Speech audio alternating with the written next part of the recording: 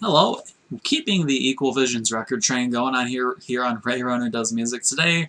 Looking at another band from that record label, a lot like Birds with their recently released album Divisi, Divisi, Kaijudo Showdown. I've heard a lot of people say a lot of different ways. I'm just gonna call it Divisi because that's easier on my mental state. And let's be honest here, it's already zip zooping all over the place. Yikes. So, yeah, a lot like Birds. They were formed in 2009. They've released 4 albums, those being Plan B, A Conversation Piece. I'm reading off a script. If it's not evident that I'm reading off a script at this point, then I don't know what is. So Plan B, Conversation Piece, No Place, and then, of course, Divisi. Each album grew their cult-like following a little bit more with every release, the fans getting more and more invested into this band, whether it be with Corey Lockwood on the vocals as a founding member, or in, I believe, early 2011 or late 2011, Kurt Travis, former Dance Gavin Dance vocalist, joined the band and took over clean vocals while Corey did the unclean vocals, which would be the yells and all that fun stuff. I have a little more energy today, so I'm trying to get some stuff going. Of course, as their fan base grew, their musical taste and exposition grew as well, with Divisi being a very, coincidentally, divisive album.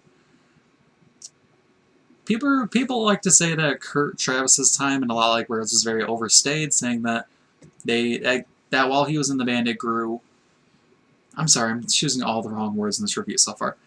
That as he was in the band, it took a lot of members of the Dance Gavin Dance fan base, brought them over, they caused a little hell thinking, this isn't Kurt Travis, this is a completely different thing, when in reality, if somebody's doing music, that is their music. There's nothing, this isn't A Lot Like Birds. Yes, it is, Larry says on the album.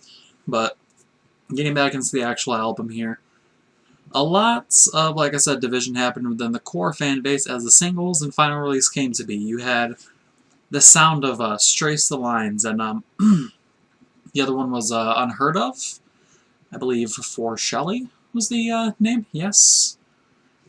And there's an obvious softer and more minute approach to things here in this LP, with each song on Divisi having a sort of articulation and cathartic sense with Corey Lockwood's voice.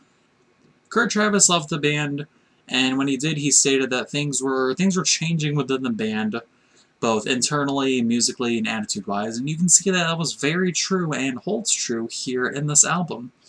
Because, like I said, everything is admittedly a little softer, as Kurt Travis noted. The promotion for this album was handled very poorly in sense of the singles. As I said, The Sound of Us, Trace the Lines, both of these songs show off the new feelings and mood that Corey and the rest of the band wanted to show off, especially with Matt Coates now showing off some vocal prowess as well. The musical process was very, very calculated. I cannot stress how much articulation it took to put this together, or at least how much it must have put together, but while I do believe that every artist is free to do what they want in promotion, release, and just the general musician process, because, you know, that's kind of how music works and such, things just, they did not promote this album very well in terms of the music they put out ahead of time. There are much better songs they could have used, such as Further Below. The bass from Matt on that song is the strongest part of the entire album. This one song is the best part of the album, and that's never really a good thing in the long run, because you have people focusing on that song over the actual album. By the way, I have no hoodie on. I'm going sleeveless. Look at me. Throwback to the Paris review.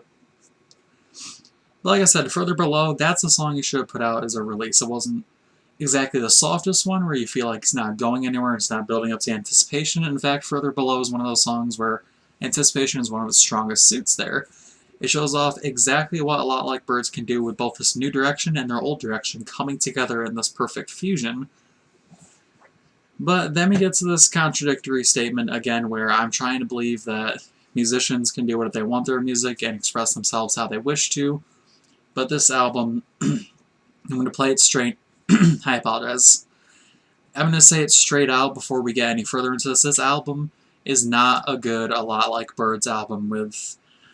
Think about how All Time Low and Paramore went from being former pop-punk heavy houses with Riot, Nothing Personal, and now they put out albums like After Laughter and, what's it called, Last Young Renegade. I had to look at my CD case here.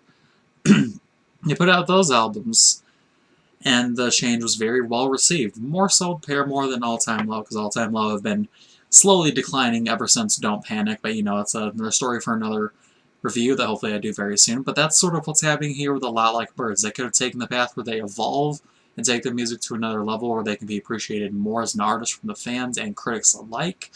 But what they did here was just very poor way of doing things by promoting singles that turned a lot of people off, both fans and otherwise, from the album initially. And then when the actual album came out, everything was just sort of a convoluted mess full of just examples of how change cannot always be good.